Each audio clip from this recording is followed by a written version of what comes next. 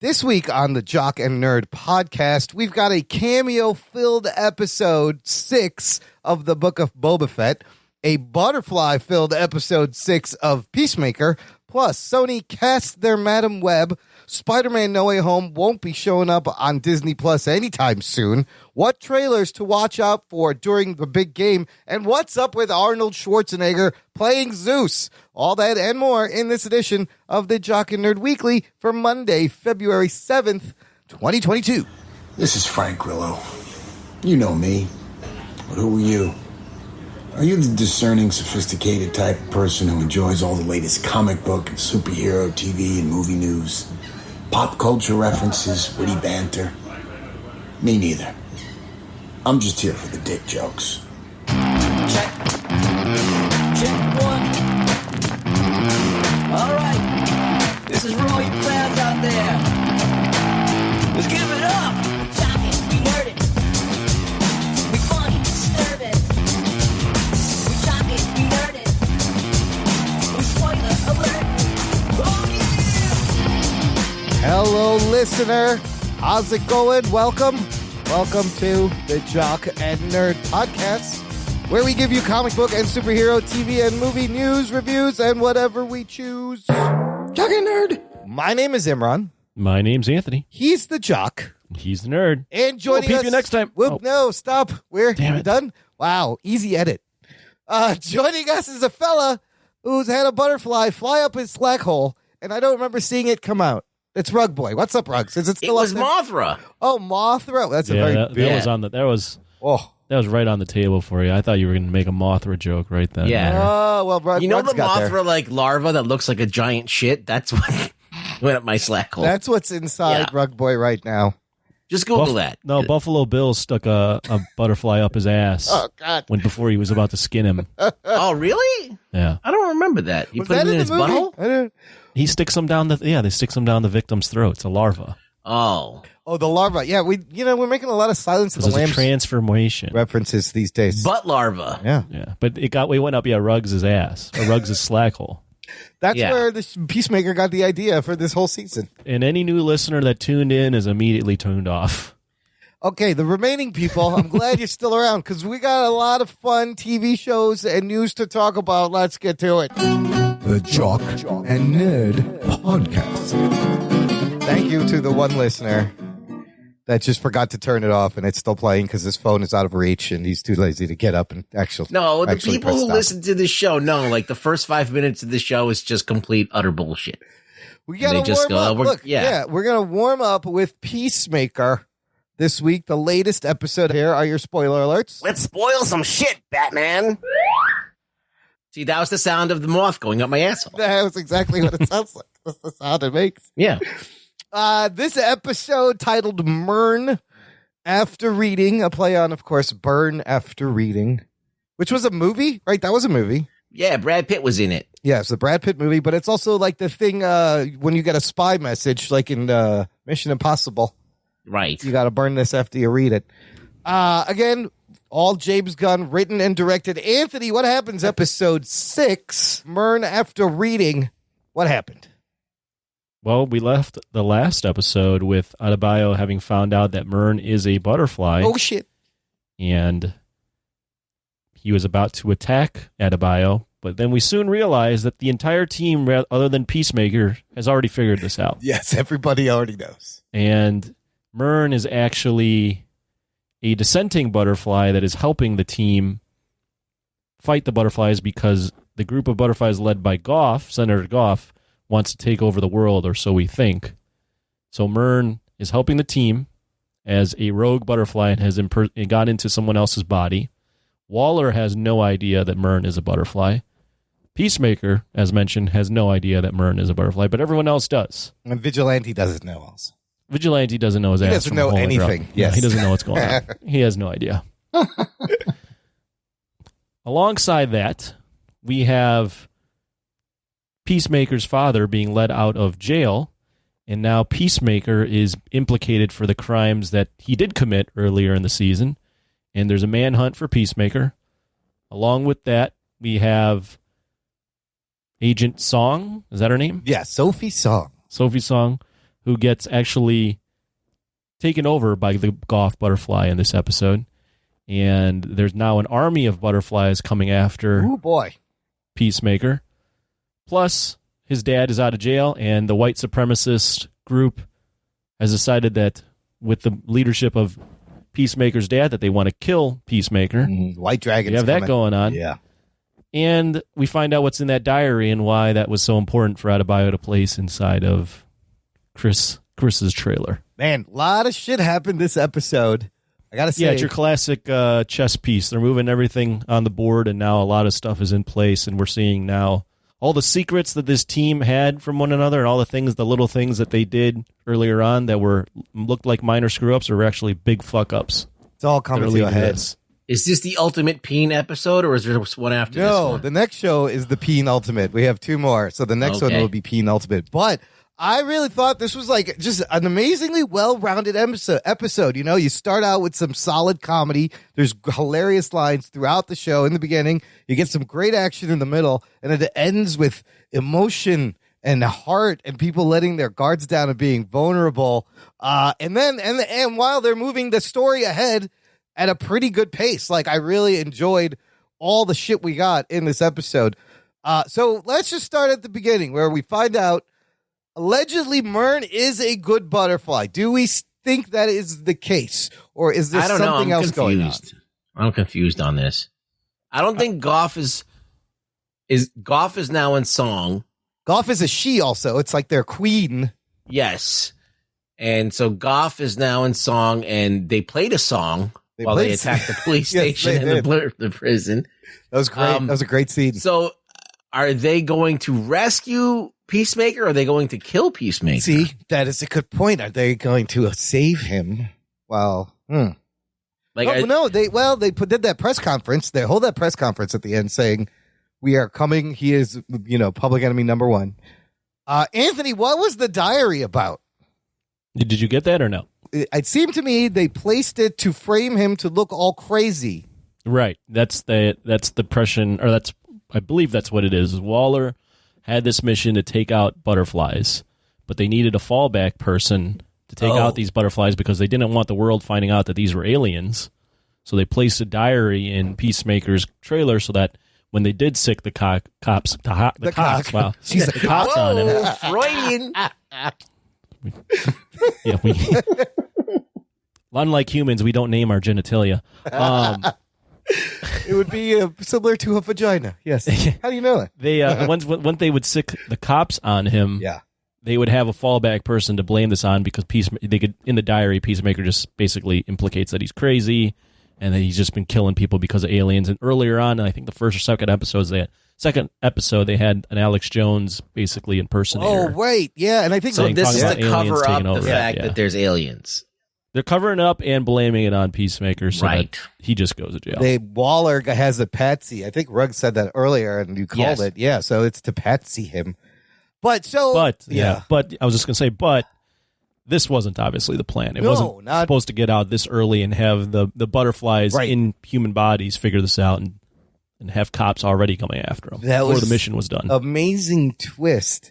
So if he's saying, because he said originally they came to this planet and they were just going to live in peace because they had a plentiful food, and then a group of them decided we want to take over, and they're probably in the government, right? And he's the only guy who didn't want to go with the plan. But then that scene where Goff draws a peace sign in the jar with the goo. That's where it throws you off a little bit. What did that mean? And Judah Master was trying to tell him something. We're still not clear which way that was going to go. So is Myrn lying? I did love that moment when he's like, I picked Myrn because he's a murderer, and I still live with his memories every day, but I tried to find a bad guy to kill. Because I guess the person is dead once the butterfly's in there, yeah. Correct. But the memories, not completely dead. The memories are there. This is what I've been able to gather as far as my own opinion of it, not saying this is exactly taken from the show, but these butterflies are like symbiotes. They need the humans to survive to a certain point.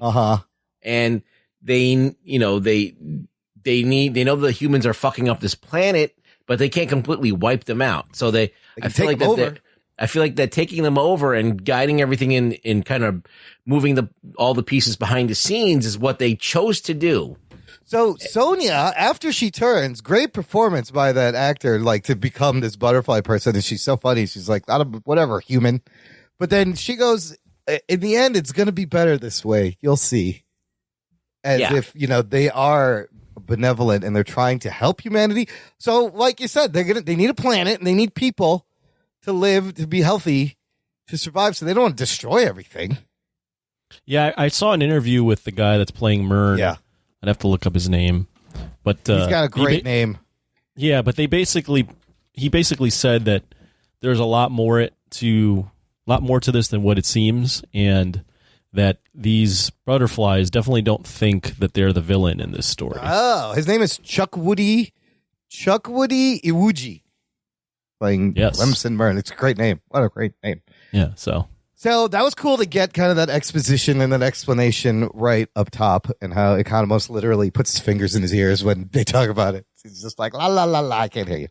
And there's a cow. We're going to find out about a large cow somewhere. But then let's cut to Peacemaker at Show and Tell for his janitor buddy. That was amazing. John Cena continues. That was one of the funnier scenes. Holy shit. Cena continues to impress me every episode. Like, I'm becoming a big, big fan of John Cena. What did he call that girl? So here's a couple of the nicknames. He goes, Chubster. He goes, gender swapped Alfred E. Newman. That's one, yeah. She was like, I had the glasses, that was one of the funny ones. Had red hair. Mad TV girl. Canadian tuxedo. The girl was wearing like a jean jacket. Pisghetti arms. Rubik's Cube champion from 2025. Yeah, that guy didn't like him. Sad eyes. Oh, yeah, there was sad eyes. Yeah, that kid's like, because I could see right through you and you're a loser. You're a loser. Oh, yeah. Fuck. And then the girl asked about, do you know Becky Coolidge? She's my mom. He goes, yeah, I haven't seen her in like 10 years. She goes, I think you may be my real dad. He goes, what? That's fucking great. Imagine that they didn't just ignore that and that becomes a plot point. Yeah, this little girl is gunning after him now. She's mad because he's his deadbeat dad, Becky Coolidge. Just great comedy to set up before the tension in the action in the whole trailer scene. She IF'd me from across the room. Yeah, he's like, what? I said effing. He goes, Flash, yeah, like everybody, he's the D-bag. Everybody's right. Yeah, Wonder Woman IF'd me once at a party. So funny. That combined with him at the end playing the fucking piano, playing Motley Crue's Home Sweet Home. That is actually him playing the piano. It's not a hard song to play, by the way. It's not, but I mean, with his improving in last episode and like he does this, holy fuck, John Cena. What a fucking guy. What a fucking guy. So that scene, I found out, the piano scene inspired by a real event in James Gunn's life. What happened was while he was working on the Suicide Squad, James Gunn's old beloved dog was dying. And so he decided to fly out and spend some time with him before the dog passed. And he ends up in a hotel lobby with John Cena while they're waiting for his Uber to the airport. And Cena goes over to the piano and he plays a rendition of Where Is My Mind by the Pixies. And like apparently everybody was crying by the end of that. So that really happened. And he like put it in the show. And I guess John Cena knows how to play the piano. Good for him. My favorite line, I think one of the funniest lines of the thing is what I said earlier when they're figuring out the logistics on butterflies and if they have a vagina. Yeah, that whole. And Adebayo asking like, "What's her name?" It's like, and he goes, "Unlike humans, we don't name our genitalia." Like, what the fuck? Oh, he's asking for the vagina's name. She thought she was asking the Goff's name, but instead he interpreted it as the vagina. We don't name her. We don't name our genitalia. Fucking Eagly, dude. Eagly's badass. He was swooping in there, fucking motherfuckers. Oh yeah, up. he was fucking shit up. That Holy scene. shit. That scene, I wrote down right after that scene. This show's pretty dark because Eagly's attacking people. That's fine, but then you have this motherfucking Locke shooting people on the ground as they're like injured and just shooting cops in the head, executing them. Fuck. And you have a lot of cops just getting killed by Peacemaker and not by Peacemaker, but it's like vigilantes definitely hurting cops. Yeah. He's like, at most he'll be paralyzed. Don't worry. Right. He doesn't want it. And so that is interesting. And then we get the revelation at the end, but you start to see how Chris feels bad about killing cops. And then, you know, the moment at the end where he's like, he just blurts, he goes, I don't want to kill anybody anymore. And she's like, this is a bad time to go all Mahatma on us. We're going to have to kill. He's like, oh, I'm fine with the alien ones, but he's starting to feel bad Well, they're building off the him killing Flag. So they're making that more of a thing. That was the people catalyst. that the aliens are in are dead now. So the aliens kill everyone they assume. Yeah, I mean, they're not coming back. Basically, in a vegetable at that point. Yeah, even though I have their memory. So Someone else is driving the car. So yeah, at this point in time, they're already dead. They're like almost like zombies. So he's not really killing anyone. No, yeah, those people not are already fine. dead. But he meant like he was thinking about the cops. No, but I'm saying like yeah. this is a good way to rationalize him being like not a killer anymore because the people that he is killing are already dead. But still give you a high body count and a lot of fun. That scene, I was waiting for him and Harcourt to do a little kissy. Oh, she's growing on him. Yeah, she told him her real name. Yeah, her first name, and she drew the dove of peace on there. And that was a great moment where he's like, "It's on the wrong way," and then he stops himself. But thanks, that was very nice. He fucking stops himself, and she sees that he's like he's trying, and she goes, "I don't think you're a complete piece of shit." 85%, but the rest of you's all right. So I was like, "Oh, they're growing on each other." She gonna kiss him. She might Don't kiss him. ship them, please. She might kiss him. They might do some kissing. What does or that something. mean again? Don't like will them to fuck. Yeah, Just, you want let them to be fuck. a couple. Yeah. Yes. Let them fuck on their own. Okay, so back to the butterfly's plans. We do get a little more information about what it's not in that hilarious scene where he tells it's one knock is yes, two taps is no, and Vigilante's not asking yes or no questions.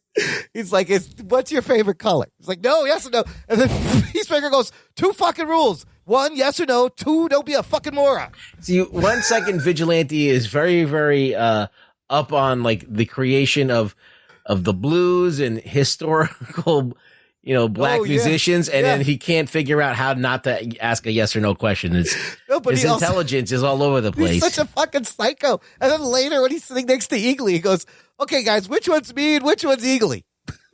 Look at the fuck. So they asked them, is it like the aliens in Pitch Black? It is not.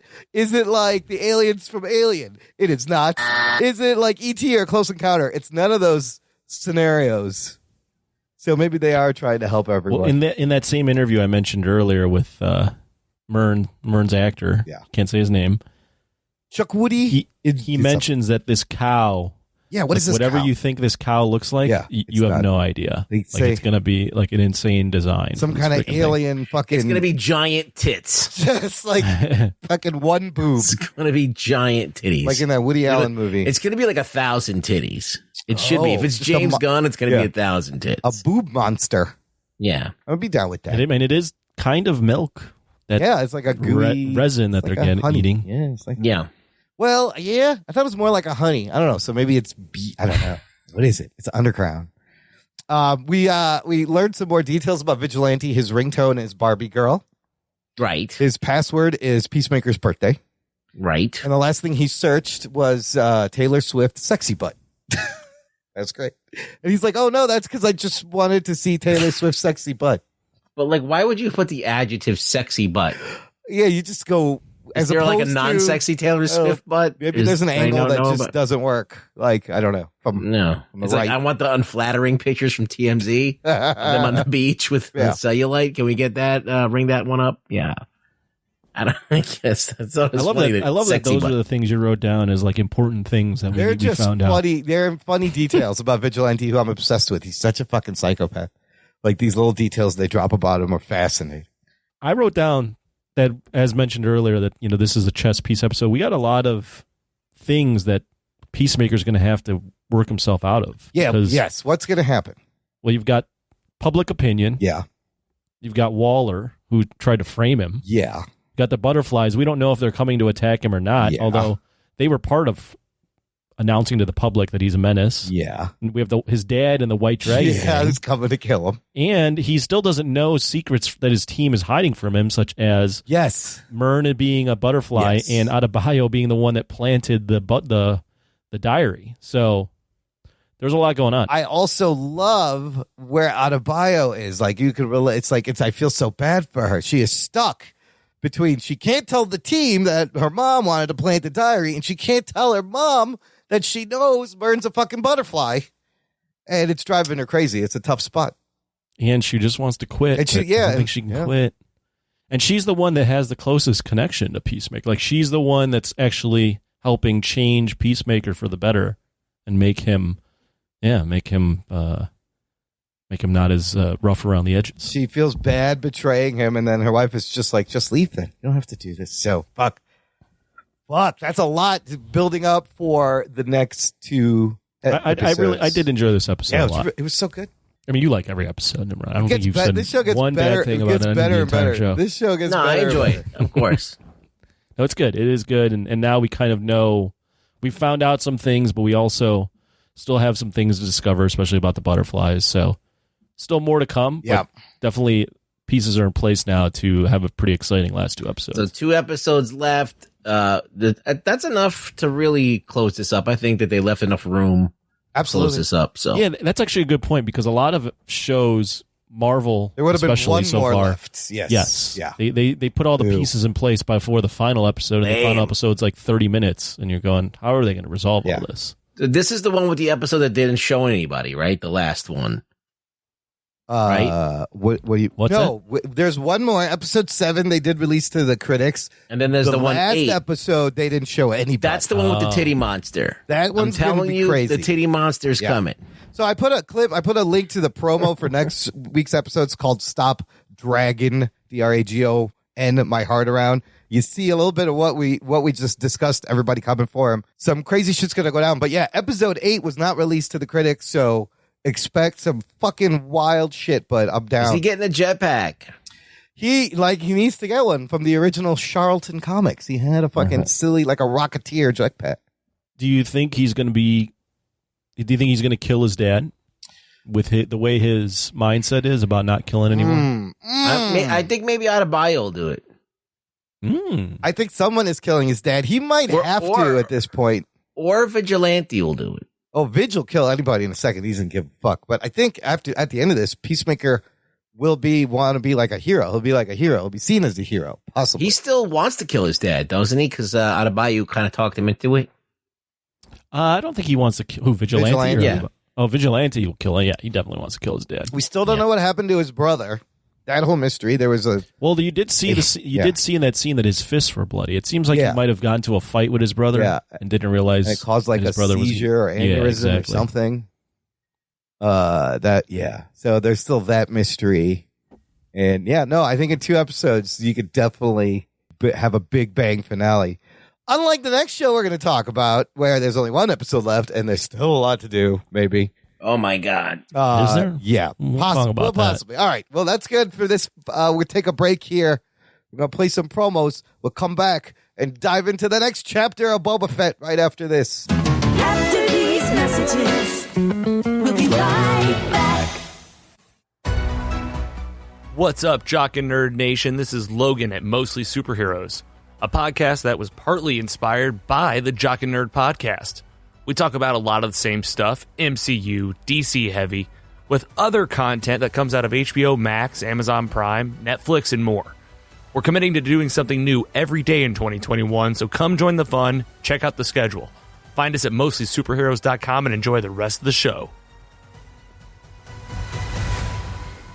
Do you like Florida Man? Do you like crazy shit? Do you like titties and strip clubs? Why are you laughing?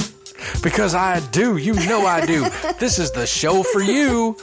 We're the hashtag No Offense Show. I'm the Duchess. That's the Duchess. That's my lovely wife. My name is Chris, and we talk about all that stuff in addition to our daily lives as parents, what we're watching on TV, current events, anything that we could try to talk about to make you laugh. Look for us on the web at htnos.com. All the socials at HTNOS, and subscribe on your favorite podcast platform. We're available everywhere. And Nerd.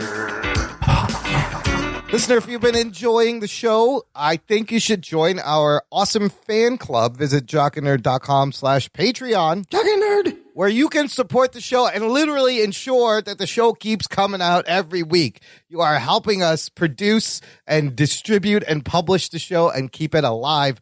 Everything, every little bit helps. Thank you to all our supporters. You get bonus content. There's an RSS feed with lots of bonus audio, post shows, instant reactions, and you get Discord benefits. You get to come hang out once a month with us and all the listeners. on our Patreon-only Discord server and just geek out and shoot the shit and have a beer. And it's always a great time. Crazy shit happens. This month's Discord hangout will don't overhype it. Crazy shit happens. Well, I mean, something crazy happened last time. Oh, that's true. Right? I know, it's See? actually a little Something weird. crazy actually. I don't know. That's crazy or It was something. quite strange. It was an it was something experience. strange. Yes. I'll say that. Yeah. It was something Strange that is- Crazy shit happens would Hey. be like you taking your shirt off. Listen, you pay enough money, maybe. He'll do it. Get enough spice in me. And maybe, that's all. But this month's hangout will be Thursday, February 24th, 8 p.m. Central Time in America. Yeah. All you assholes got to get on here. Come on.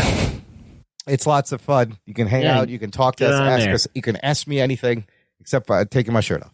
It'll be fun if we have like 100 people on.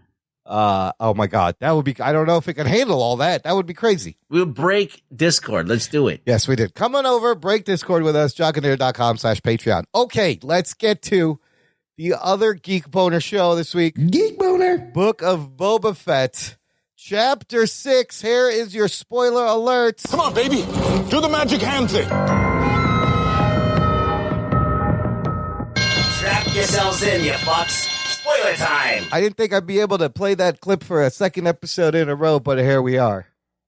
It completely is appropriate for Chapter But 6. spoilers? Or me playing the recorder at the beginning of the Boba Fett Oh, song? that was you playing the recorder, man. Yeah. You got nice Hot notes. cross buns in the Mando song. Chapter 6 is called From the Desert Comes a Stranger. This one written by Jon Favreau, directed by Dave Filoni. Oh. And this is the penultimate episode of the show. There's only one more episode left.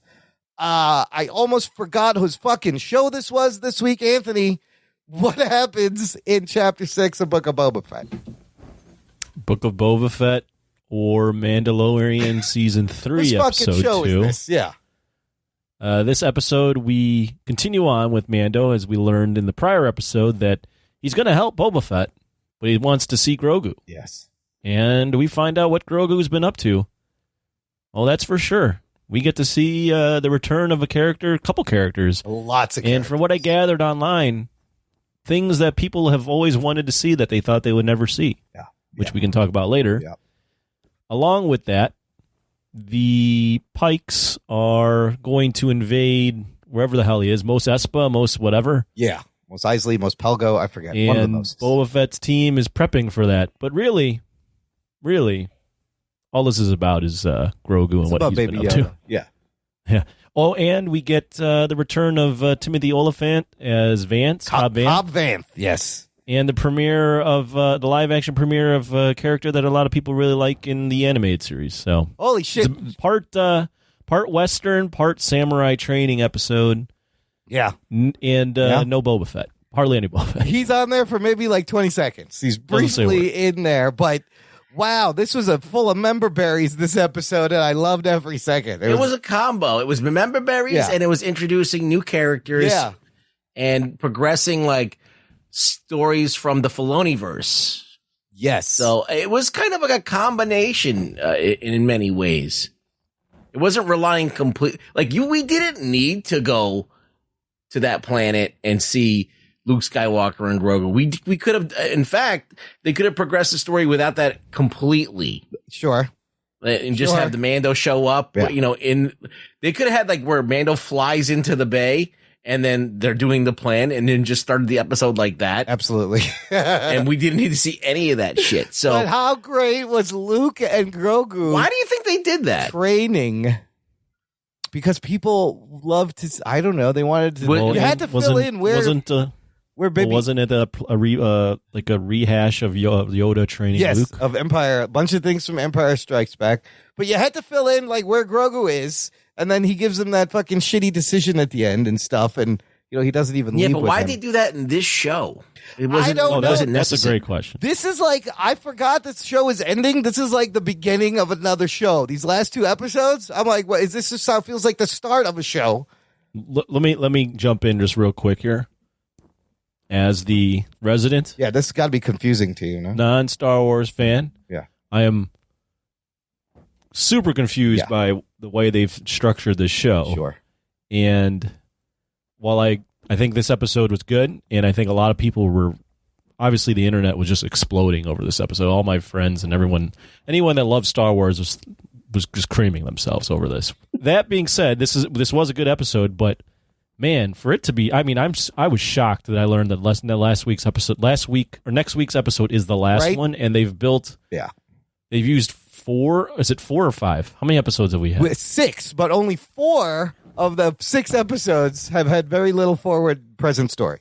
4 are about Boba Fett, and the storyline around Boba Fett is, to me, not all that interesting. We only have 1 episode left, and you dedicated 2 of the episodes to Mando, who's by far way more interesting. So I just don't understand why they did the structure of this.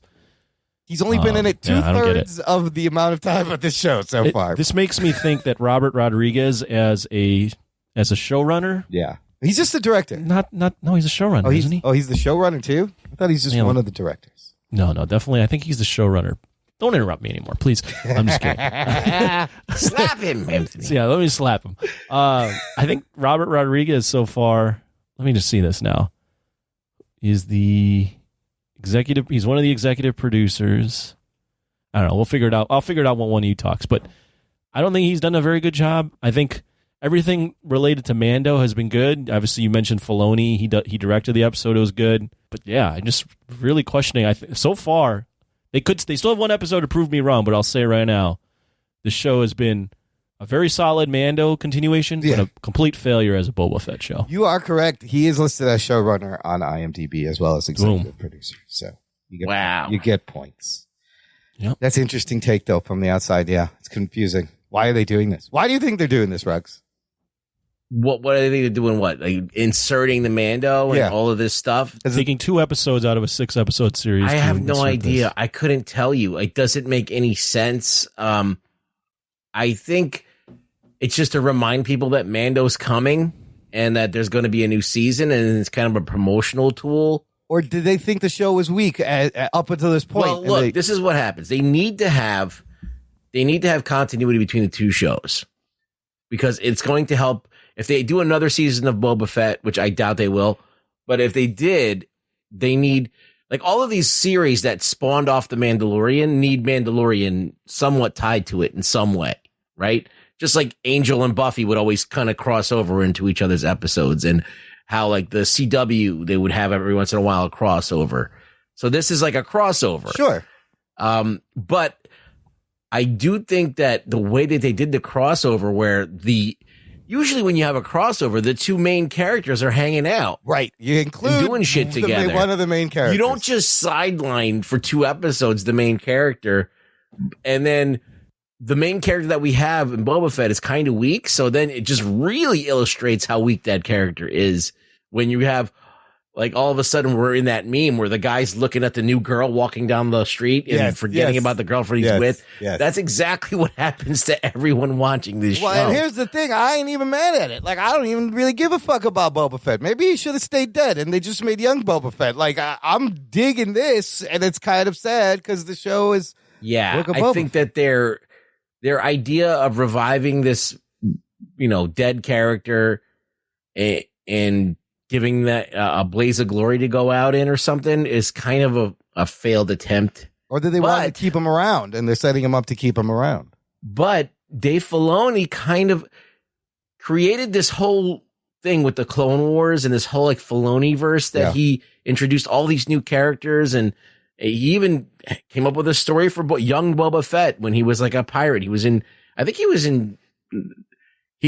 crossed paths with the new character that we just got introduced in this show that no one's seen from the Clone Wars and from other various cartoons, which is Cad Bane. Oh my God. When Cad came out, there was the entire internet. Oh my God! People just jizzed their pants. And their heads I was blew just off. I was like beside myself with how accurate it was. It looked great. His teeth Some were people amazing. were like, he's not dark blue enough. Oh, But whatever. I'm like, really? You're going to nitpick that? Dude, he looked amazing. He looked he's great. from the Rebels, and last seen in the Bad Batch, he had Omega for a little bit. Right. in Bad Batch, but his teeth were awesome, like his little pointy teeth. And if you don't know who he is the fucking badass.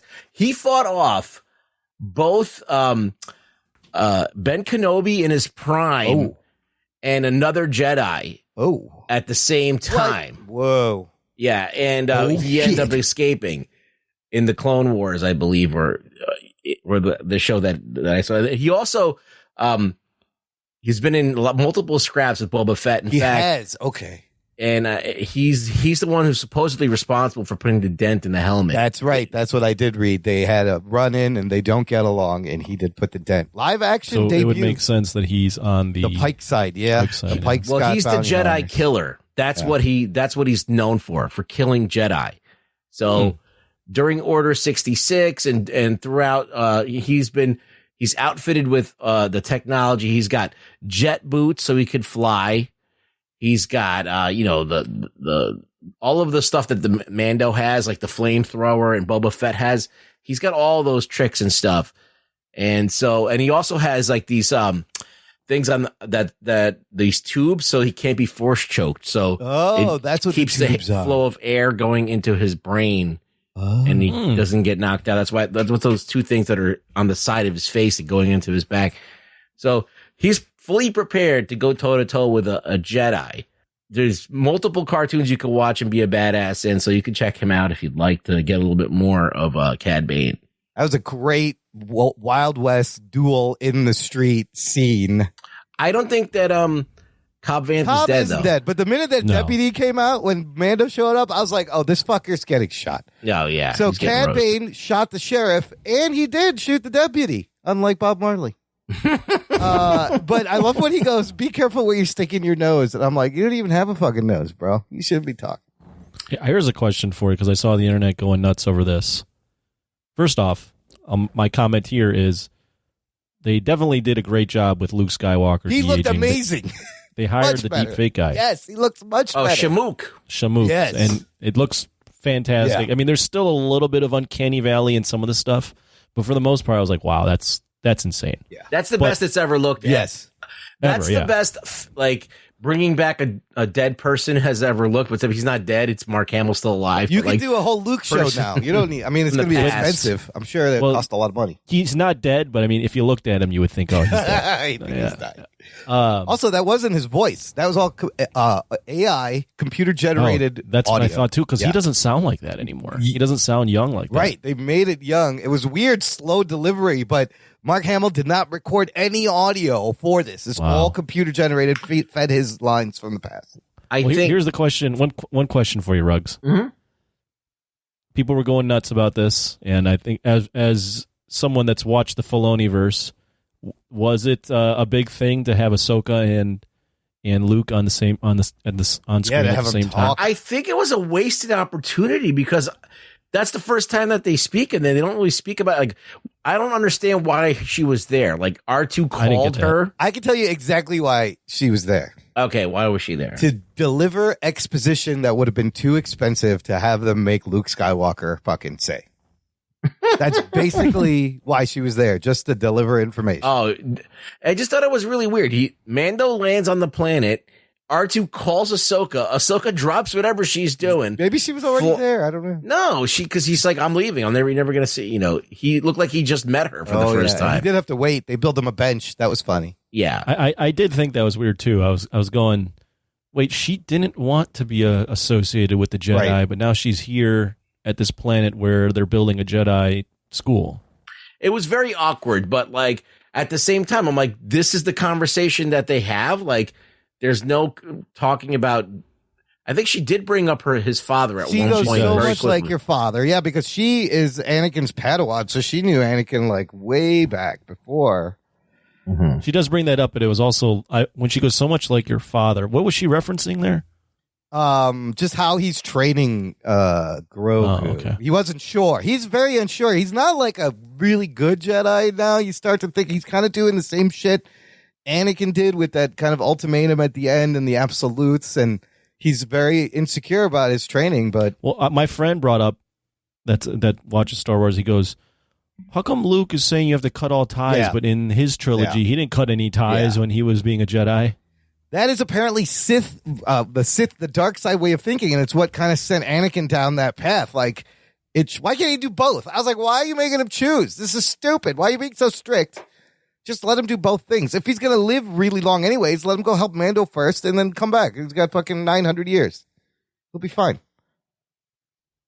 I don't know. Or I mean, and Ahsoka didn't want Mando to be a distraction. He was the kind of in between because he never even gets to see him, and he just leaves, which is kind of sad. But it's clear. Yeah. It's very clear Grogu's going to choose Mando. You think so?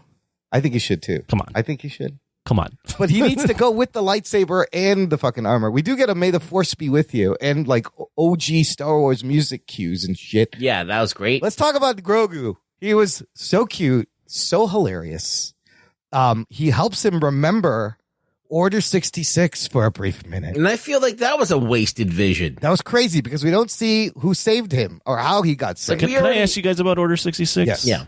I think it was 2 tacos and a hero. No, that's 65. That's the okay. chicken con carne is 66. Yeah. 66, get your fix. So Order 66, we see this is when the Jedis got just demolished. Is By that the clone troops. Okay, so the Republic, under the control of the evil emperor, who was pretending to be Palpatine, the senator or whatever. He was pretending to be a senator, right? Yeah. So he procures this army of clones of Jango Fett, and they all have a chip that's basically when they give the order that they're supposed to turn on all the Jedis that they're with. Because they've been working with Jedis up until this point. They'd all been working together, fighting against droids. So basically, it's like these guys that they've been working with this whole like bunch of years.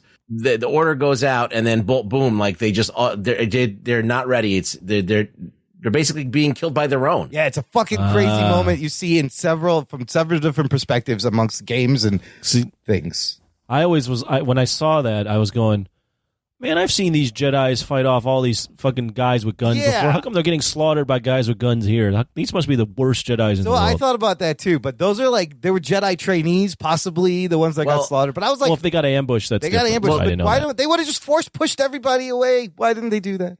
Well, these are people that they know. Oh, right. So a lot of them. Right, that's true. So, the original clone army was supposedly way more well trained than the volunteer army that we get in the stormtroopers.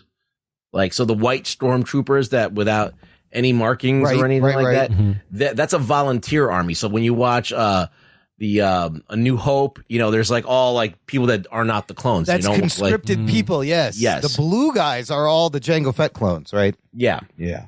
And they're like robot types people? Or they're just humans, but they had a chip, and then they got... No, they're clones. They all look like Boba Fett. But then when they were working with the Jedi, did the Jedi know they were clones? Yes. They knew. Yes. Because the Republic... So they didn't think it was weird that they were all these Jango Fetts walking around? No, because that was what... There was so much... there was a droid army that they were fighting off. Yeah, and the droids were they needed soldiers. All these machines. And they're like, we need to fight these people off, but we can't use droids. We have to use something else. So they didn't want to put anybody else in danger. So on Camino, they make clones. They're cloners. So they cloned Jango Fett, which was the most badass soldier around at the time. And they made a good cloner. guys thought they had a badass soldier. Yeah. When they did. And then they turned. Yeah. Yeah. But they didn't know they were mind I'll give this episode this. I did overall like the episode. Yeah. And I watched a bunch of stuff afterwards where they were explaining things, and I was going, I kind of get now that's not that it makes sense, but I was like, oh, there's so much history There here. is. And for a brief moment, it crossed my mind to go, maybe I should watch all this stuff. Oh, no. And then what happened? You played Wordle? You forgot? And then I was like, I'd rather go outside. Yeah, I'm going to go fucking get some I strange. think you could just get by with YouTube videos. Yeah, the recaps. Recaps and stuff like that. Everyone talks about how good the Filoni stuff is. Yeah. That just it's one of those. It reminded me of when I was trying to think of or trying to figure out if I was going to watch Game of Thrones. Right. And I was like, man, that's a daunting task. This is even more. Yeah. This is even more episodes. I mean, I quit Friends after about 9 episodes. You fucker. You didn't even get through one season. I don't think Anthony can make it through all the Clone Wars. I think that there's definitely watch lists out there that take the best of the best. Yeah. And you can watch those. You just might have to watch maybe a few of the first two just to kind of the first couple episodes just to get a handle. Or there's actually the movie, the Clone Wars movie that will give you Anakin and Ahsoka like meeting for the first time in their first mission together. And she grows up on the show, right? She's real young in the she's very like a little beginning. kid in the beginning, and then she finally, by the time you get to Rebels, she's grown up and she's like in her 20s. Or whatever we what 20s look like to us. I don't know about their alien race, but like, she lives a long time. Yeah, she's really old if she looks like that now. Yeah. Well, I was the only thing is I'd have to watch all the original Star Wars movies prequels and the original and the original trilogy. Yeah. I don't remember hardly anything. Oh, you should watch the original trilogy again. It might get you, but it's been a long time. It's a lot of hours. I don't remember it at all. I think that the prequels, a lot of the stuff. Basically, a lot of the Filoni stuff happens before or around before the regular trilogy, the A New Hope and Return of the Jedi. It happens before all of those and Empire. So it's basically in lockstep with the prequels. So there's like they fill the gaps between the prequels. Mm-hmm. So a lot of this stuff like Jango Fett and Boba Fett and their origins are all happening in Attack of the Clones and stuff like that. So a lot of the Filoniverse takes place in that area. And then Rebels jumps far further back towards closer to, is it post-Jedi? Rebels? Rebels is... Or is it during Jedi?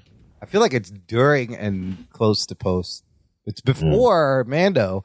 Anthony, did you pick up on that structure Luke was having those little worker ant droids build?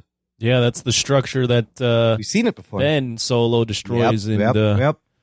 And I watched Screen Crush, their review. You probably watched Screen Crush, don't you? I did watch that one, yes. Because I can tell because you say there's a lot of same shit. I had the same observations. But I wanted to point out, I'm sure Ruggs will agree, but by the end of his video for this episode, he goes, man, like all the stuff they're showing us in this episode, they could have done that in this new trilogy of Star Wars, but instead they decided to remake A New Hope and then just fast forward through everything. This would have been a better trilogy. He was just lamenting how what we're seeing on TV should have been the movies. Yeah, because well, they did. I don't think they knew that they could recreate Luke Skywalker. No, probably not. Not to this extent. Another thing is that like they wanted to get away from the Skywalker thing, but then all of a sudden they ran back to it. You put it in, and it's the lightning rod for the fandom, and they've never been happier, right? Yeah. Like the only people that really don't like it are the people that are like Last Jedi people, you know, that like are only like the Last Jedi, and every other movie sucks. So the original fan base kind of like flocked to this, and they're like, oh, people really do want Luke Skywalker, and they want to find out what happened to him. Yeah, that's like the best time in his life when he's like a badass Jedi. I mean, they don't get to see it. So, I guess they know. And Filoni was always kind of trying to create new characters.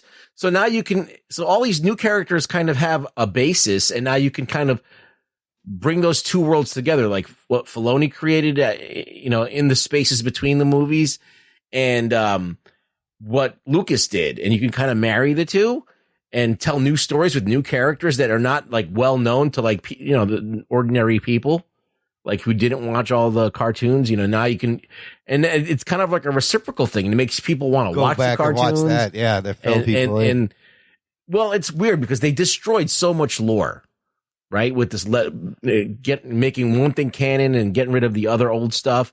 And you can see that Filoni knows the old stuff that's in Legends or whatever, the discontinued canon, and he's slowly bringing a version of it back. And so some of that stuff might materialize from that old canon. It's just that, unfortunately, we have the new trilogy is always going to be there. Like you can't erase it. I mean, people have been talking about trying to erase it. I think that's a stupid idea, but you have to learn how to. You got to work around it. You got to work with it. Well, you can make something better right? Like you can make Snoke better by exploring Snoke. You can make Palpatine better by exploring Palpatine, and it'll connect all those fibers that you forgot to fill in, and makes it. And you can kind of you can smooth things out if you do it right. I mean, that's one of the great things about working in a universe. You can kind of like retroactively make something better. So I think that's what they should do. I don't know if they're going to stick to it, but that's what they seem to be doing, and I like it. Did you guys like this episode, despite the fact that it's not a Mando episode? That was the biggest problem I had with this episode. It was that it's, once again, a Mando episode, and that I didn't understand what Ahsoka was doing there. I'm telling you, they and couldn't I'm like, afford all okay. that CG. Yeah. You need somebody to deliver exposition. I liked it, even though I'm like, fuck Boba Fett right now. Like, I don't even care. I want more of this show. This show is great. This should just start over. This should have been the beginning.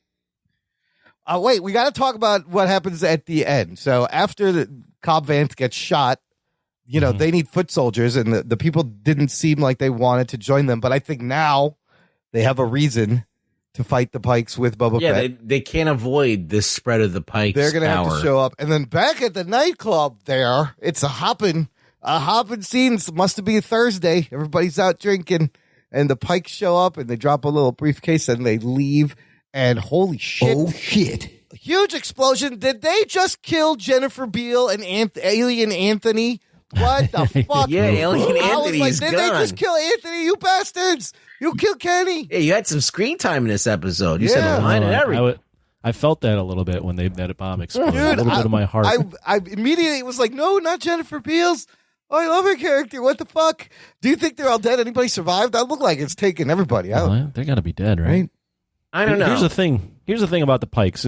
One critique, man. I mean, they did a little bit in this episode, but that is such a non-threat. It's a horrible thing, and this is the first thing they did. Actually, is blow up the nightclub. No, I'm saying they haven't built them up as a threat, right? Where I like, man, I really want to see. I mean, they did a better job this episode for sure. Cad Bane and blowing up the bar that everyone likes, but up to this point, I'm just like, who cares about this war between the Pikes? All I'm really excited to see is maybe Black Chrysanthemum killing some people, Cad Bane and who he fights, and they got to have a showdown with Boba, right? And then Mando and Grogu kicking some ass. But like Boba Fett, who's the main character, do I really care to see him in a fight? Like who is he? Who do we want to see him fight? Fuck him up in 2 seconds. Well, that's the thing. It's not that they won't fuck him up or not. It's just like who cares? Yeah. They're going to. This is what I would do if I was Dave Filoni or whoever is making the next episode. Is that I would do the flashback of Cad Bane and Boba Fett, their last in the encounter. next episode. Yes, and then it would be like a quick 3-minute thing. Okay, but it would have like it would be like stunt bonanza of like an action sequence. And then you end with them, doing a high noon gunfight, and then that's it. So, and then you have the battle with the it's all a battle episode. It's complete all battle. There's no story. There's just battles. But that's what they need. I don't know if that's what's gonna happen. I mean, they have one more episode. Can they wrap it up? There's still a lot. They haven't gotten anything. I don't feel like there is a lot. Well, that's it. Yeah, this is what you got. I don't think you got Rancor Monster. Yeah, he still has to ride the Rancor. You got the Hutts.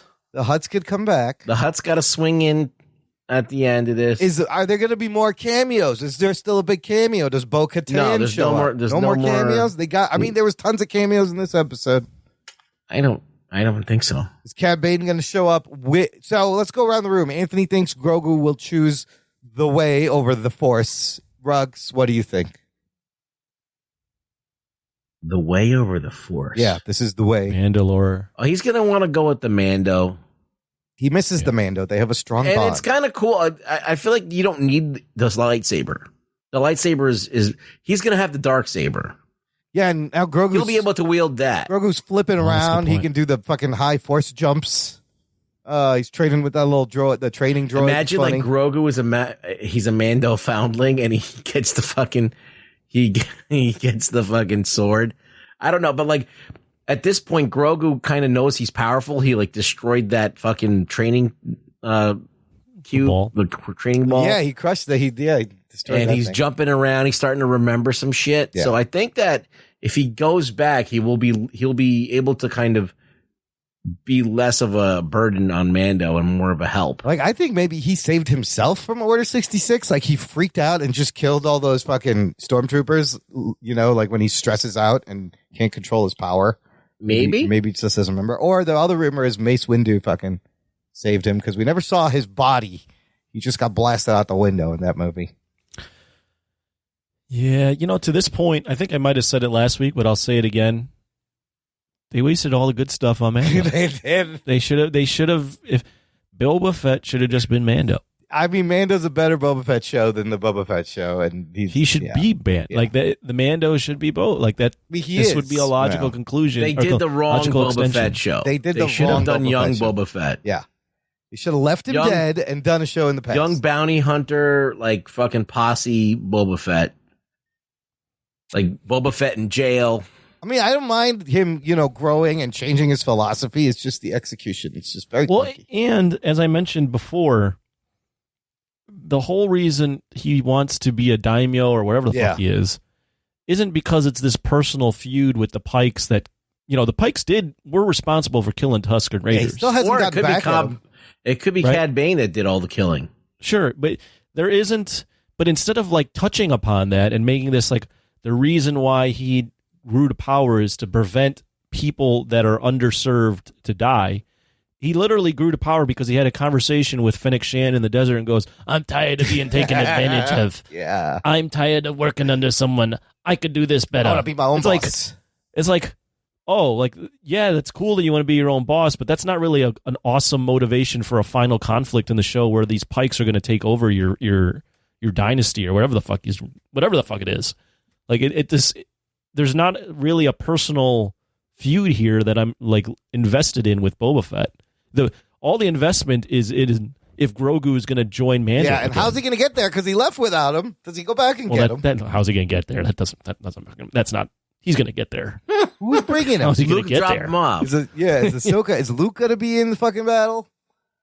But what? Like that's such a weird miscalculate, or such a weird. Maybe it's a purposeful calculation, but it's just a weird thing that all the emotion is actually in a character that was in 2 episodes and had 2 seasons prior. Yeah, because he's a great fucking character. We love him more. But they should have. They fucked it up. Ruggs is saying they should have just done this for the 3rd season. This of Mando. should have been the 3rd season of Mando with Boba in there. The side story. Or why make it 6 episodes? Why not make it 8 like the previous 2 Mando seasons? Yeah, if there was another episode, I think, or if 2 there was more. 3 left, yeah, that would make sense. Then it'd be like, oh, okay, the detour, although not great for Mando or Boba's character, at least like we have 3 more episodes of Boba. This is going to have to be an absolute badass episode for them to stick it. And I don't think they're going to do it, but we'll see. I think it might be pretty good, but we're getting better. It depends on who's directing it and who wrote it. We'll get into that. Let's do some news from the nation. Find out what the listeners thought. It's time for news from the nation. It's time for news from the nation.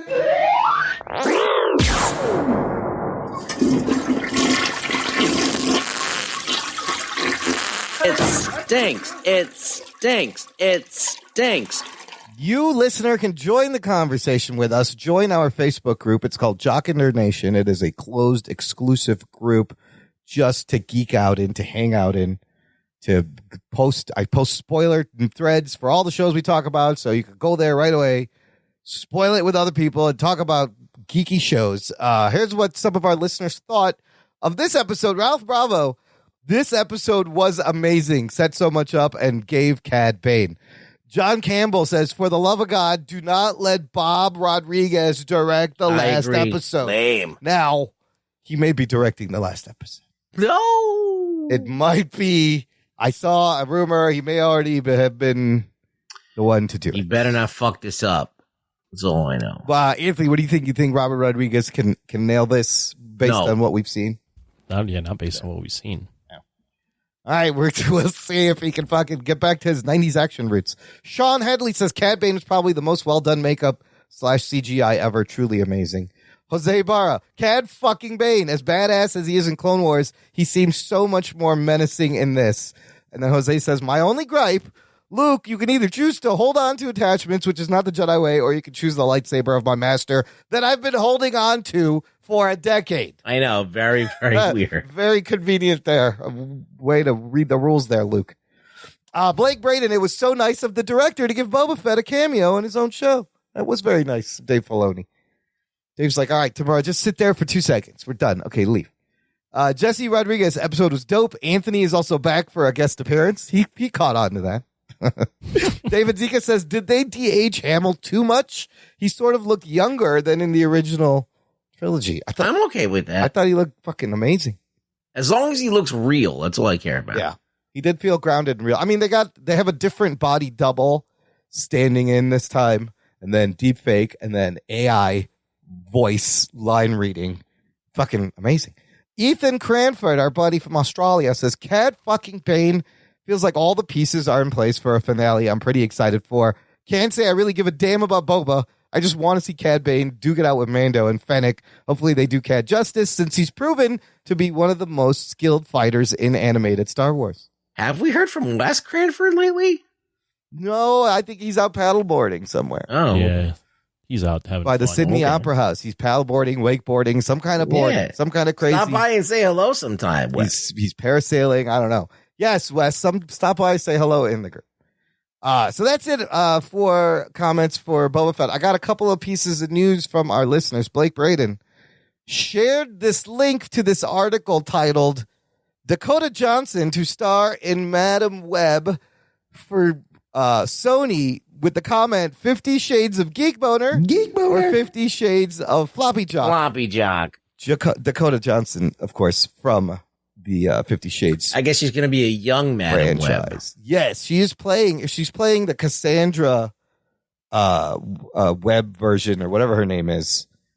This is an old blind lady in a wheelchair is the character. Right. So I don't know how exciting a movie is about that. I never really was cool with Madam Web. She is important in Spider-Man's life and in the multiverse timeline. She can control the web of timelines and jump in. I think that once they multiverses. introduced her into the Spider-Man universe, it was like it got dicey. Like all of a sudden, it became like Doctor Strange and shit. A little bit. It was a weird, magical part of Spider-Man that you're right. It took me out because this guy is grounded this whole But time. now we're just used to it existing. But at first, I was just like, why are they fucking doing this with the Spider-Man? With Madam Web. She's a clairvoyant mutant also, and she can see his future. And there was a younger Madam Web also. I think it was her daughter. But she's going to play. So, I don't know. I guess kind of Geek Boner. Spider-Man. Like, but it's fucking I don't Sony. care who plays her. It's just a weird ass character. Like Dakota Johnson's fine. Like let her do it. Yeah, sure. Great. Dakota Johnson's in. Love it. Anthony, comment? Nothing? Anything about this? I mean, I only know her from, and I've only seen one of the 50 Shades of Grey, and it's like only like a little bit of it. But from what I gathered from my friends, one of my friends that really is into movies, he said that Dakota Johnson's actually a pretty good actress. So, oh, come on. You read the books. You've seen the movies. You're a big 50 Shades fan, no? That's what I thought. I mean, you don't even go outside, so I feel like you'd be closer to a 50 Shades guy Fuck, than me. one shade. I have no shades. I got vitiligo. You can see right You're through definitely me. you're more like you're the living 50 Shades of Grey. Like 50 Shades of White. Yeah. I'm 50 Shades of white and translucent. Yes, absolutely. Spider-Man No Way Home, by the way, has made $1.74 billion so far. Might hit 2. Speaking of which, Jamie Robinson provides our next bit of news. He posts this article, Spider-Man No Way Home, first streaming service confirmed, and it's not Disney Plus. Oh, shit. He says, stars? Really? Yes, the first place Spider-Man No Way Home will be streaming due to previous contractual obligations will be on the Stars network, which sucks because I canceled that a few months ago. I had it. I was like, why am I paying for fucking Stars? And I stopped. Ooh, that had to hurt you, bro. No, there's nothing good on Stars. And anyways, I'm going to be buying this fucking thing on the fucking DVD, Blu-ray, whatever, when that comes out, because apparently there's like 100 minutes of bonus content. There's deleted scenes. There's a whole 4-minute scene with just the 3 Spider-Man, like bullshitting. Like, I think that's worth the price of the fucking disc alone. But yeah, this other link gives you a list of the bonus content. 100 minutes of bonus content on the disc when you buy. And I haven't bought physical media in fucking years. I'm buying this physical media. Absolutely. Geek boner. 100%. It's great.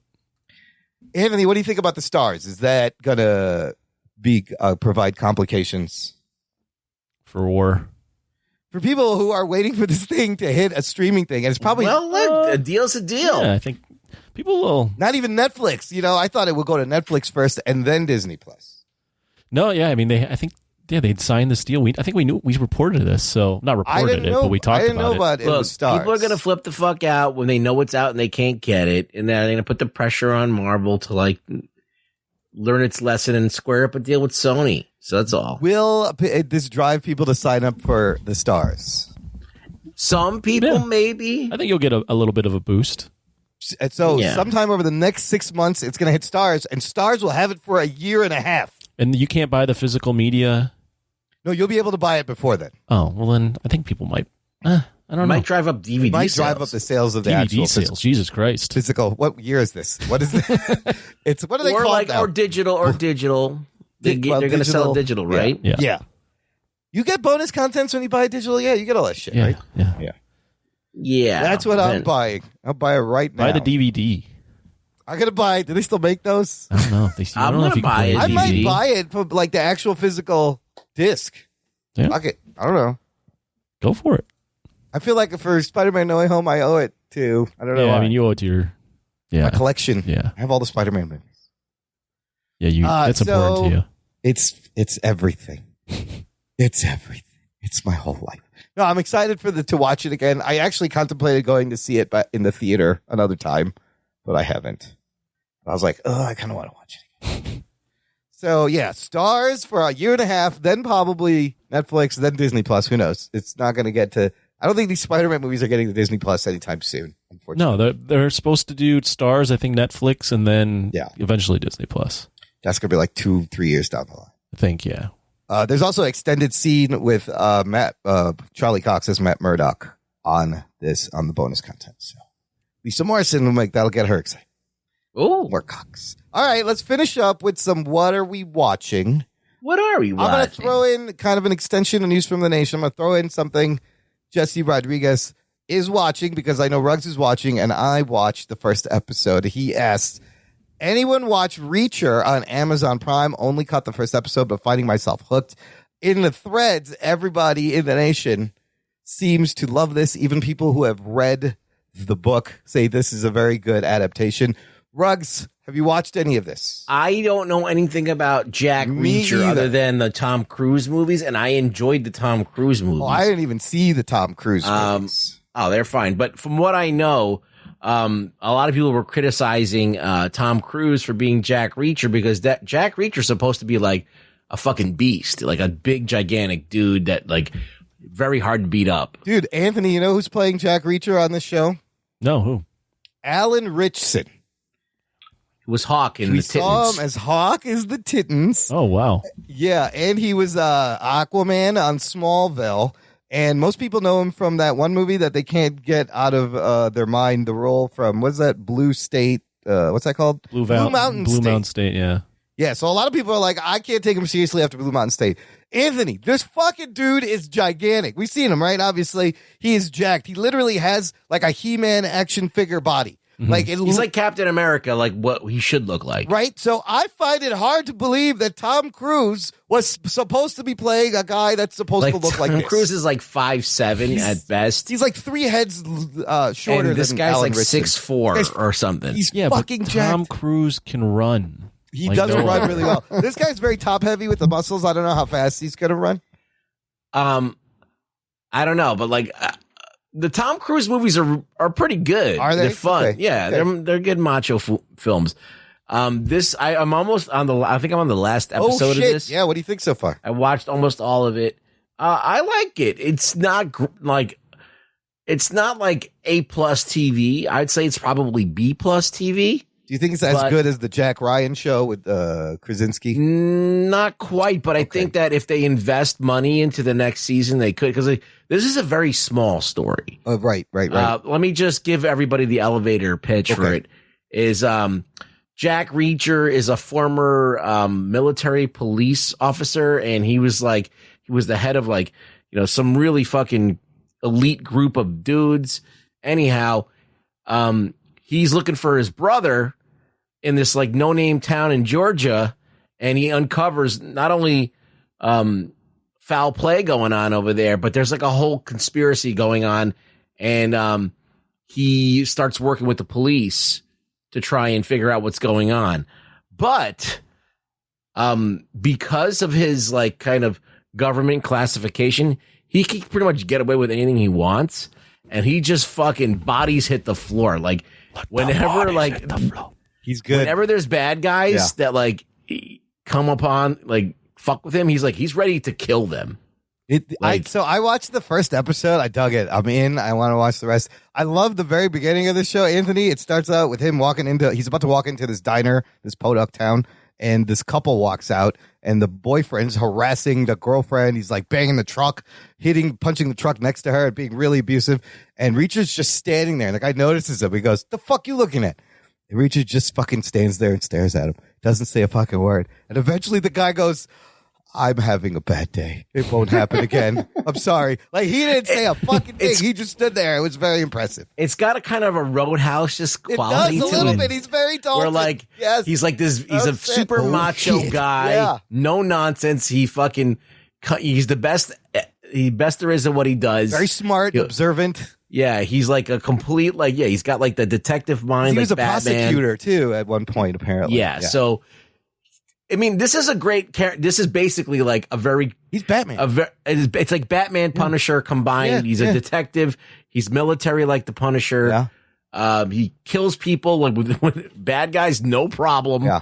There's a body count, so it's worth watching. Oh, it was pretty dope. Yeah, but it's not action heavy. Just action happens, but it's not all out action. It's there's a lot of mystery and police work and this and stuff. But then every once in a while, he'll fuck somebody up. It is really huge this weekend. Amazon said it's their top 5 most watched series. I think ever it's got potential over 24-hour period in the U.S. If it check gets it an out. infusion of cash, I could see it being really cool. If you like this, I could see them doing a movie with the this Jack guy Ryan too. show is also fucking. It reminded me a little bit of the Jack Ryan show. is great It's too. a great That's show. a great show. Well, action. That has some real tension to it. Yeah. You're on the edge of your seat. You're Yeah. holy shit the whole time. Really? So yeah, both of those. I would check it out. Jack These two are Ryan fucking absolutely is Reacher's, great. Yeah, Reacher's pretty good. Both Jack shows, Jack Reacher and Jack Both of Ryan. all the Jack shows. Any show with Jack in it. All Yeah. on Amazon Prime. They're both Yeah. on Amazon Prime. Correct. Yes. Anthony, you been watching anything on that Nebula? Anything fun? You know what? I haven't been watching too much Nebula. It's a lot of mostly just sports, which you guys don't care about. So, yep. Ooh. Okay. Ruggs, what else you watch? Anything else interesting? I watched the rest of Ozark. Oh, it's like the first half of the last season, right? Oh my god, it was so good, and there was a moment where I fucking leapt out of my seat. Wow. Okay. I was like, "Fuck yes, Yeah. get that bitch." Anyway, so I was really fucking. I really enjoyed it.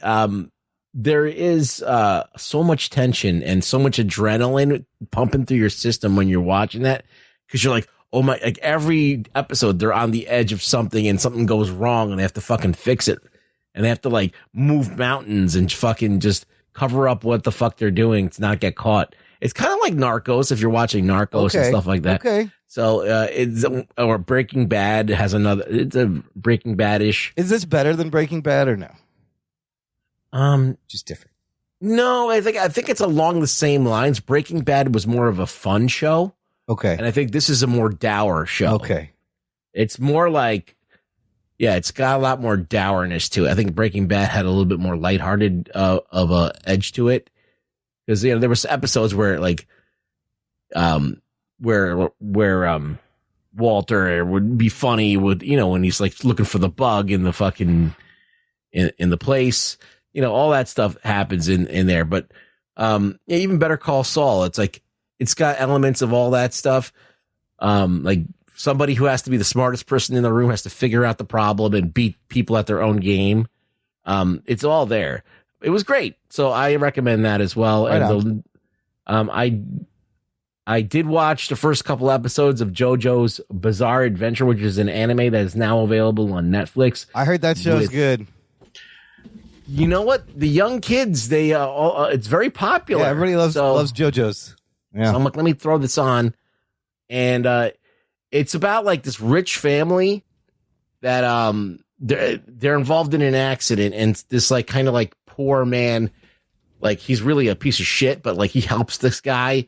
He was like actually trying to mug him, but like he woke up in the middle of it. And so he gets sick and he dies. He sends his son over to the rich man because he owes him a favor. And so the rich man takes in the son, and the rich man also has a son the same age, and he was like an only child, so he's like he has someone to play with and blah blah blah. But they end up hating each other, and it's like this sibling rivalry where they want to fucking kill each other or fuck up each other's lives the whole time. And then that's only the first 2 episodes. So I don't know what happens next. That's crazy. But yeah, so that's where it begins. And that's all I've seen, I think. You guys haven't checked out the Pam and Tommy show on Hulu yet? There's only 1 episode There's out, right? 3 episodes out. Oh, okay. I'm in a chat with Jess Rivera. Yeah. Oh, yeah. And I barely ever look at it because it's fantasy and I'm not in their fantasy league. But he was showing in that chat clips from Pam episode and Tom. 2. Yeah, with the one where oh my God, where she's nude. Yeah, okay, hold on. We have to spoil something. Why? I'm not spoiling anything. Okay, go ahead. And then the one where Sebastian Stan looks down and his dick just fucking grows. That's what you're spoiling in the second episode. First of all, full frontal nudity, male and there is female. nudity in the Yes. show. Oh my God, Lily James smoking hot. She's But really she actually good. read that those aren't her real tits. Oh, what? Yeah, she doesn't. That's not her real tits. But wait, What do they have, a body double? No, they like put some sort of thing on her to make them like What? bigger. Really? Because Pam had gigantic tits. yeah, but they look. You can't tell. It looks like they're real. It's amazing. I looked But it at up. one point, Tommy Lee is talking to his fucking penis, and his dick is talking back to him. Oh, that's what Yes. it is. Okay. Oh shit. Yes. And I'm like, whoa, this is weird. But the first 3 episodes, the show's great. First 3, the story is crazy. Most of it I gotta seems to watch be it now. accurate as to what happened, and it's crazy fucking story how he gets the tapes. They're So trying it's to about like, the sex tapes? it's about the sex tapes, but it's also about like Pam and Tommy and where they are in their careers, and they're actually make Pam a very kind of, they give her a lot of depth, and you feel bad for her. Tommy's just a fucking idiot. But they're trying to have a baby, and like, so you start to feel for this couple. And then I think once the tape comes out, you find out the repercussions. And also, this was like the beginning of like celebrity sex tapes, early internet, 97, how they distributed it.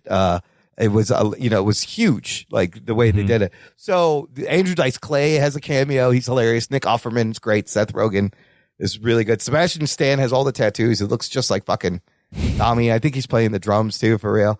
But Lily James, she's really good as Pam, making her kind of 3-dimensional real person. I'm digging the show. I think I think it's gonna be great. All right, I'm gonna check it out. Comes out every Wednesday, and so that'll be the 4th episode when this show posts, and then there's 4 more. Are they half hour or hour? They are hour long. After I finish Reacher, But good production. I'll reach around and give do that. give Pam and Tommy a reach around. And then remember we talked about Murderville, the improv show on Netflix? Yeah. I watched the first 4 episodes. You know what? It's a fucking show. It's fucking really funny. I've found myself laughing out loud really hard many times. The first episode, Conan O'Brien, really funny.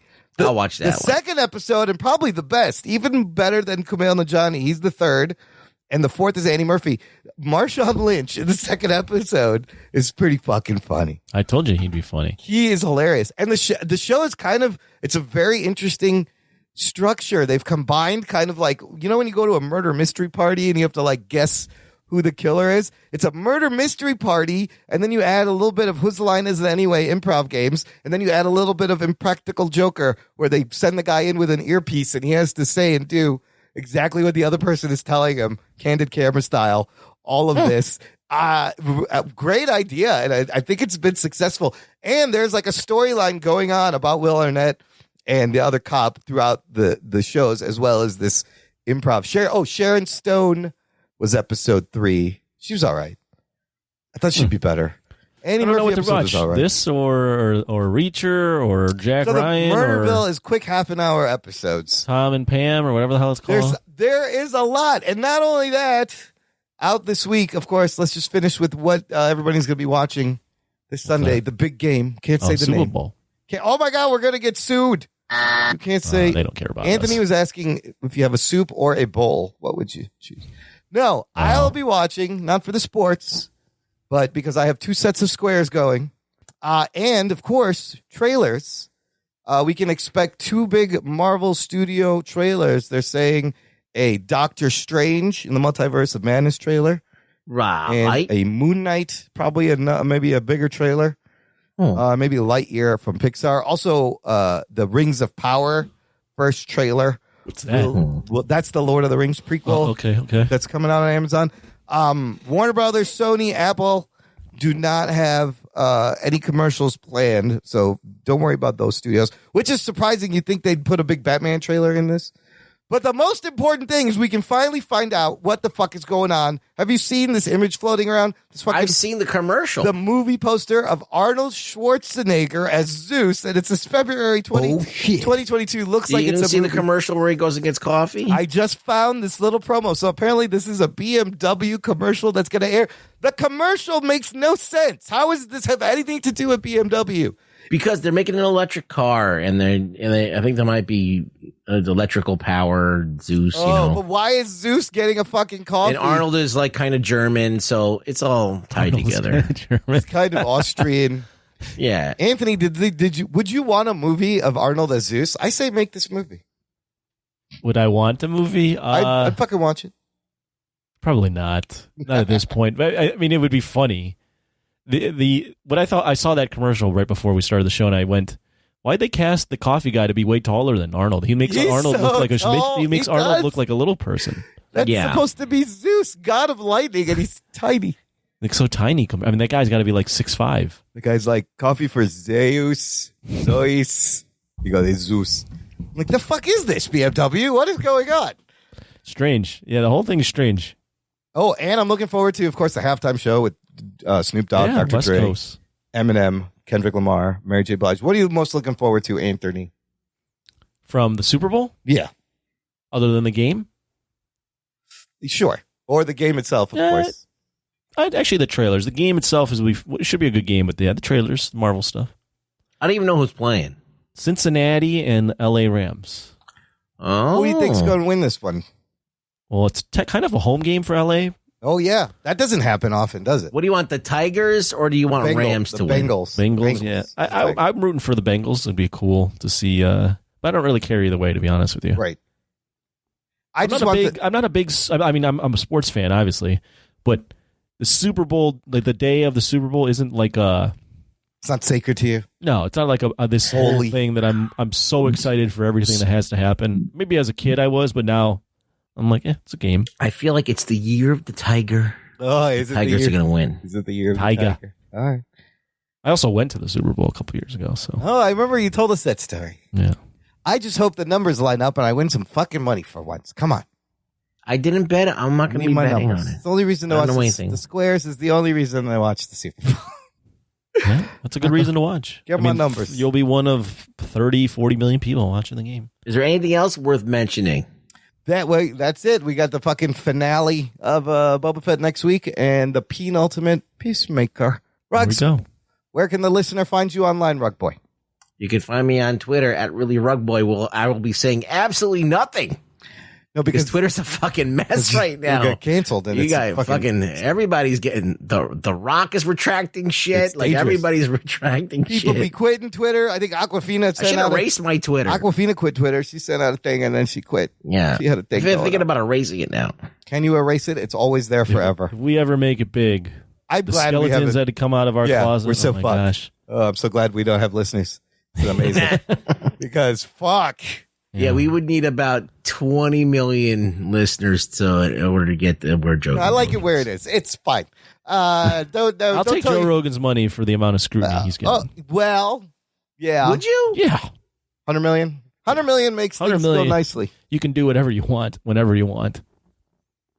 Yeah, you think you would just pack it up at this point and go, all right, fuck it, I don't care anymore. See you later. Fine, I got 100 million. Fuck you guys. Yeah, I did. I should never have been this rich to begin with. Yeah.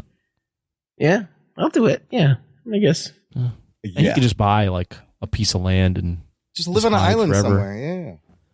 But he won't. Yeah. He'll be around. He's still going to be around. All right. Well, look, listener, check the show notes for this episode, jockandnerd.com/421, where you can find links to our TeePublic shop, where you can buy some cool Jock and Nerd podcast swag, some niche stuff that nobody knows what you'll be wearing. It's all the rage. The kids are doing it. Of course, tell a friend. Maybe don't tell too many friends. Just tell one friend. Like I said, we don't want to blow up too big because it gets messy. But we do want more listeners, one at a time. Tell one friend. That's your homework. Thanks for listening to the Jock and Nerd Podcast. My name is Imran. My name's Anthony. He's the Jock. He's the nerd. We'll peep you next time. That's the wrong button. Oh, shit. Oh, shit. Oh, I really my don't give a God. shit.